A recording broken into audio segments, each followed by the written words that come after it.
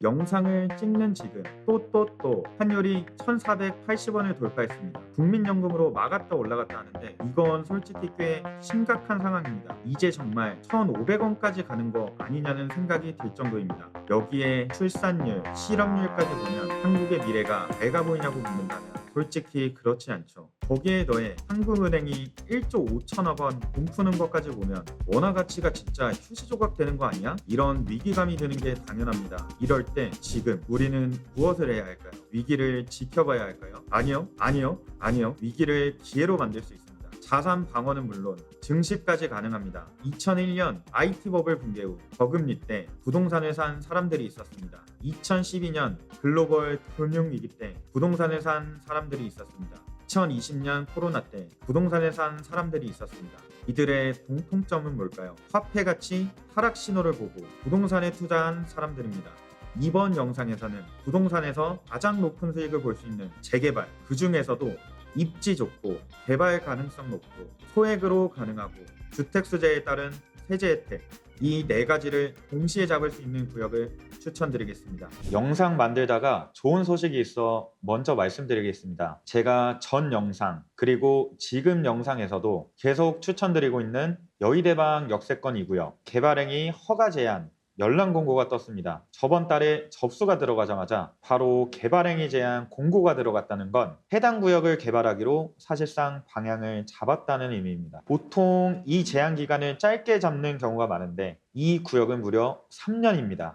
이 구역을 개발시키겠다는 의지가 정말 확실하다고 생각하셔도 될 것 같습니다. 먼저 구역을 말씀드리면 여의대방 역세권 2구역, 이 두 곳입니다. 여의대방 역세권 2구역입니다. 이 구역은 역세권 장기전세 주택으로 추진 중이고 현재 동의율은 약 55% 정도 진구된 상태입니다. 저번 달인 작년 12월 구청 접수를 완료했고 현재는 사전 검토 단계에 들어가 있습니다. 노후도는 30년 기준 약 91%로 만점이고 토지 등 소유자는 약 300명대, 건립 예정 세대수는 약 999세대입니다. 분양가는 4억 후반에서 6억으로 주택수 제외에 따른 세제 혜택 적용 가능하며 전세가는 1억 후반에서 2억 후반 정도 예상되고 3억에서 3억 초반 정도 들어갑니다. 신길동 역세권 활성화 구역입니다. 이곳은 말 그대로 역세권 활성화로 추진 중이고 동의율은 약 54% 정도 진구된 상태입니다. 노후도는 30년 기준 약 82%로 역시나 만점이고 토지 등 소유자는 약 122명, 건립 예정 세대는 약 400세대입니다. 분양가는 4억 후반에서 최대 6억으로 마찬가지로 주택수 제외에 따른 세제 혜택 적용 가능하며 전세가는 2억 중반에서 3억 초반까지 예상되고 실투 자금은 2억 초중반 정도 들어갑니다. 제가 이 두 구역을 주목하고 추천드리는 데에는 몇 가지 이유가 있습니다. 지금부터 그 이유들을 하나씩 짚어드리겠습니다. 첫 번째 이유는 역세권 재개발이라는 점입니다. 어떤 분들은 이렇게 말씀들을 하시는데요. 역세권 재개발은 공공기여가 많고 면적이 작아서 사업성이 안 좋다. 근데 이건 구조를 잘못 이해한 주장입니다. 많은 분들이 역세권은 용적률 상향분의 50%를 공공기여한다고 해서 안 좋다라고 생각을 하시는데요. 지금 모든 재개발 사업들은 초과 용적률의 50% 이상을 임대주택으로 배정해야 합니다. 즉 이건 역세권 재개발의 조건이 아니라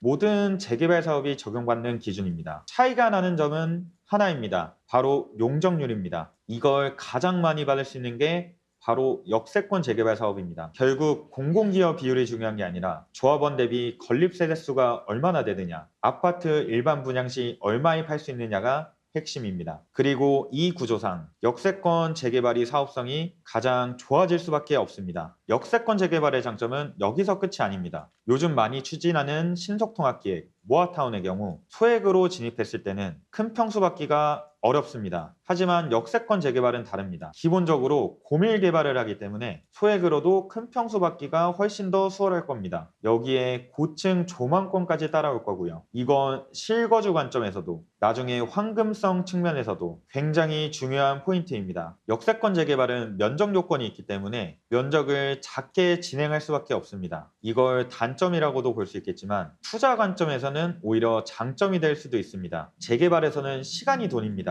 속도가 빠르다는 건 수익 실현 시점이 앞당겨진다는 의미일 겁니다. 두 번째 이유는 입지입니다. 제가 대방역 쪽이라고 말씀드리면 많은 분들이 신대방역이랑 헷갈려 하시고 신대방역은 어디야? 거기 이상한 사람들 많이 사는 곳 아니야? 그런 말씀들을 하시는데 대방역이랑 신대방역의 차이는 엄청납니다. 대방역은 흔히 말하는 3대 도심, 접근성을 모두 갖춘 몇 안 되는 지역이며 서울시 전체로 봐도 상위권입니다. 여의도 업무지구는 도보로 접근 가능하고요. 중심 업무지구는 1호선, 5호선을 통해 접근 가능하고요. 강남 업무지구는 9호선을 통해 접근 가능합니다. 여기에 더해 벚꽃축제로 유명한 여의도 한강공원도 도보로 접근 가능합니다. 직주 근접, 생활 인프라, 여가 환경을 모두 동시에 만족하는 입지입니다. 추후 전세를 맞추는 데 있어서도 굉장히 수월할 겁니다. 그리고 한 가지 더, 대방역은 정부가 추진 중인 철도 지하화 구간 중 하나입니다. 물론 저는 철도 지하를 보고 매수하라고 말씀드리지는 않습니다. 왜냐하면 공사비 문제, 사업성 문제 등으로 실현 가능성이 아직 불확실한 영역이기 때문입니다. 하지만 중요한 건 이 지역이 정부의 대형 개발축에 포함됐다는 점이고 이런 개발축에 포함되어 있다는 것만으로도 장기적으로는 분명한 플러스 요인일 것입니다. 정리하자면 대방역 입지는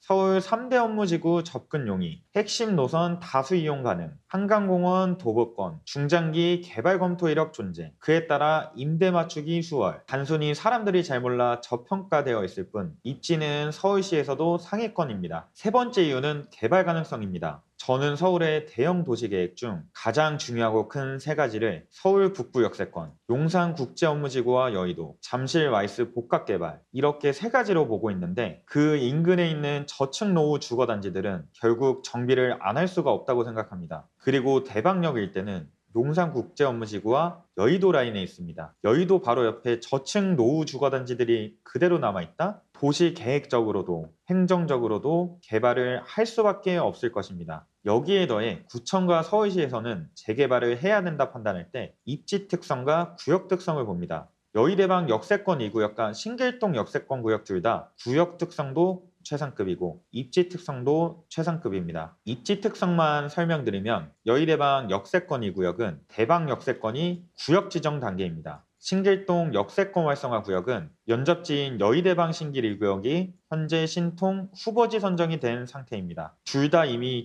두 구역 다 연접지들의 개발이 많이 진행된 상태이며 재개발은 다 같이 움직여야 빠르고 사업성 좋게 진행할 수 있기에 굉장한 장점으로 볼 수 있습니다. 하나 더 중요한 포인트가 있습니다. 대방역은 여의도, 노량진 뉴타운, 신길 뉴타운 한창 개발이 진행 중인 이 세 곳의 삼각지대에 위치하고 있습니다. 이건 실제로 개발 압력이 강하게 들어오고 있다고 생각하시면 됩니다. 반대 변수 또한 거의 없습니다. 대방역일 때는 대형 상권이 있는 곳도 아니고요. 즉 상인 반발, 영업 보상, 집단 민원 같은 대표적인 지원 요인이 없다고 보셔도 됩니다. 여의대방 쪽은 지주택을 말씀하시는 분들이 있는데 지주택은 외부 세력이 추진하는 구조입니다. 구역 내 실제 소유자들이 주도하는 사업이 아닙니다. 심지어 여의색강 지역주택조합은 사업 대상 부지가 2종 일반 주거지역임에도 고층의 아파트를 건축할 수 있고 동호수 지정이 가능하다고 하는 등 사업 추진 과정에서 여러 가지 문제점을 드러냈던 조합이었습니다. 문제가 많았던 조합이라는 걸 반증하듯이